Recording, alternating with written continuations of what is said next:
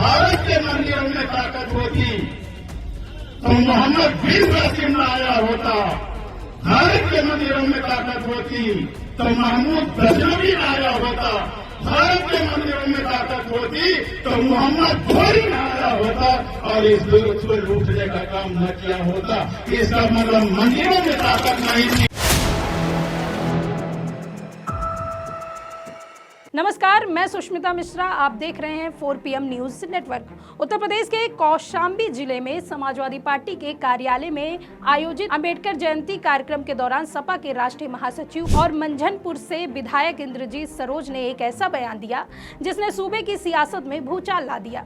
सरोज ने मंदिरों की ताकत पर सवाल उठाते हुए कहा कि अगर भारत के मंदिरों में ताकत होती तो मोहम्मद बिन कासिम, महमूद गजनवी और मोहम्मद गौरी जैसे लुटेरे देश में नहीं आते। इतना ही नहीं, उन्होंने मौजूदा सत्ता पर तंज कसते हुए कहा कि अगर ताकत है तो सत्ता के मंदिर में है। बाबा अपना मंदिर छोड़कर सत्ता के मंदिर में विराजमान है, हेलीकॉप्टर पर चलने का काम करते हैं। उनका यह बयान न केवल धार्मिक भावनाओं को लेकर चर्चा का विषय बना हुआ है, बल्कि भारतीय जनता पार्टी के लिए भी एक बड़ा सियासी हथियार बन गया है, जिसे सपा ने उल्टा भाजपा पर ही तान दिया। आज हम बात करेंगे और जानेंगे कि कैसे यह सियासी जंग भाजपा को उसी के मैदान में घेर रहा है।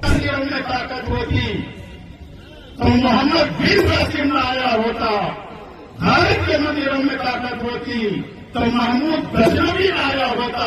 भारत के मंदिरों में ताकत होती तो मोहम्मद घोरी ना आया होता और इस दुर्ग को लूटने का काम न किया होता। इसका मतलब मंदिरों में ताकत नहीं थी। अगर ताकत है तो सत्ता के मंदिर में ताकत है कि बाबा अपना मंदिर छोड़ करके आज सत्ता के मंदिर पर विराजमान है, हेलीकॉप्टर पर चलने का काम करते हैं। बता दें कि इंद्रजीत सरोज का यह बयान कोई साधारण टिप्पणी नहीं है। यह एक सोची समझी रणनीति का हिस्सा माना जा रहा है, जो उत्तर प्रदेश की सियासत में धर्म और सत्ता के गठजोड़ को निशाना बनाता है। सरोज ने इतिहास का हवाला देकर यह सवाल उठाया कि मंदिरों को अगर ताकत का प्रतीक माना जाता तो वे आक्रांताओं को क्यों नहीं रोक पाए। यह सवाल सीधे तौर पर उन ताकतों को चुनौती देता है जो धार्मिक प्रतीकों के सहारे सियासी रोटियां सेक रहे हैं। सपा नेता ने यह कहकर मौजूदा सरकार पर तीखा प्रहार किया, जिसका नेतृत्व योगी आदित्यनाथ जैसे साधु नेता कर रहे हैं, और यह भाजपा की उस छवि पर भी प्रहार करता है जो वह हिंदुत्व और मंदिरों के नाम पर बनती आई है।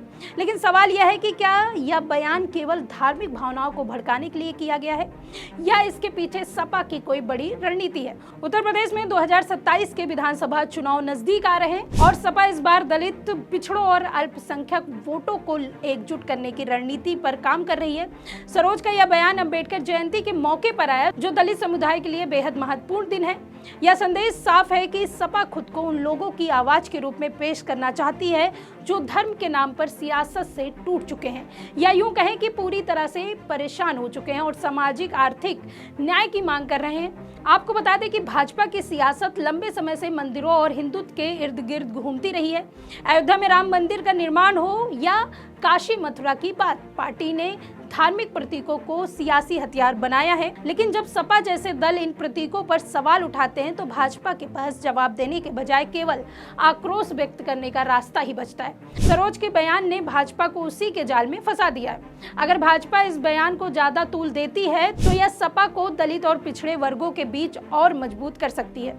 अगर चुप रहती है तो अपने हिंदुत्ववादी वोटरों को नाराज करने का भी खतरा है।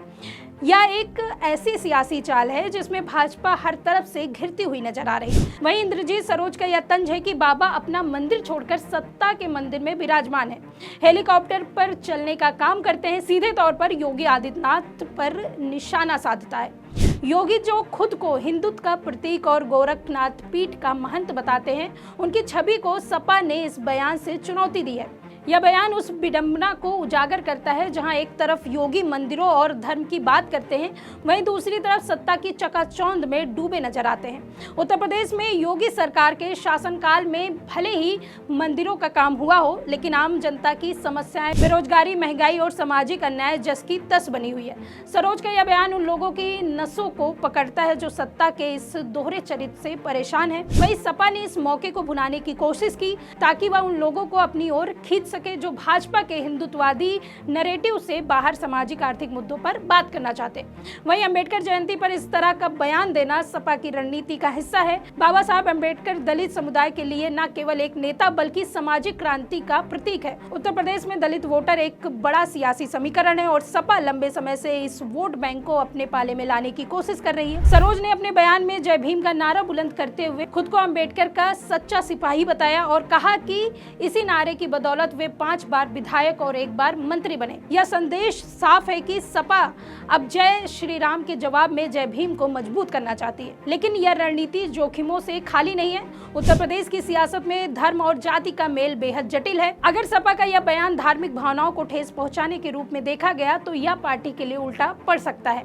फिर भी सपा ने इस बयान के जरिए भाजपा को उसकी ही पिच पर घेरने की कोशिश की। यह एक ऐसी चाल है जो भाजपा को जवाब देने के लिए मजबूत करती है और जवाब में भाजपा जितना आक्रोश दिखाएगी उतना ही सपा को दलित और पिछड़े वर्गों का समर्थन मिलने की संभावना है। वहीं सच तो यह है कि भाजपा की सियासत हमेशा से धर्म और सत्ता के गठजोड़ पर टिकी रही है।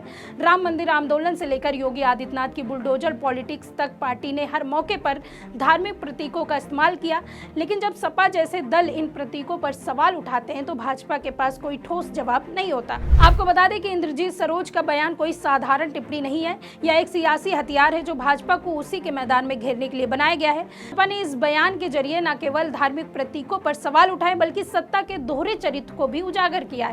भाजपा इस बयान पर जितना हंगामा करेगी उतना ही सपा के जाल में फंसती जाएगी। उत्तर प्रदेश की सियासत में यह बयान एक नए दौर की शुरुआत हो सकता है, जय धर्म के बजाय सामाजिक न्याय और आर्थिक मुद्दे चर्चा का केंद्र बने। लेकिन क्या भाजपा इस चुनौती का जवाब दे पाएगी या वह अपने ही बनाए जाल में उलझकर रह जाएगी, या तो आने वाला समय ही तय करेगा। फिलहाल इस खबर में इतना ही। ऐसी तमाम राजनीतिक खबरों के लिए बने रहिए 4 PM न्यूज़ नेटवर्क में। मैं सुष्मिता, नमस्कार।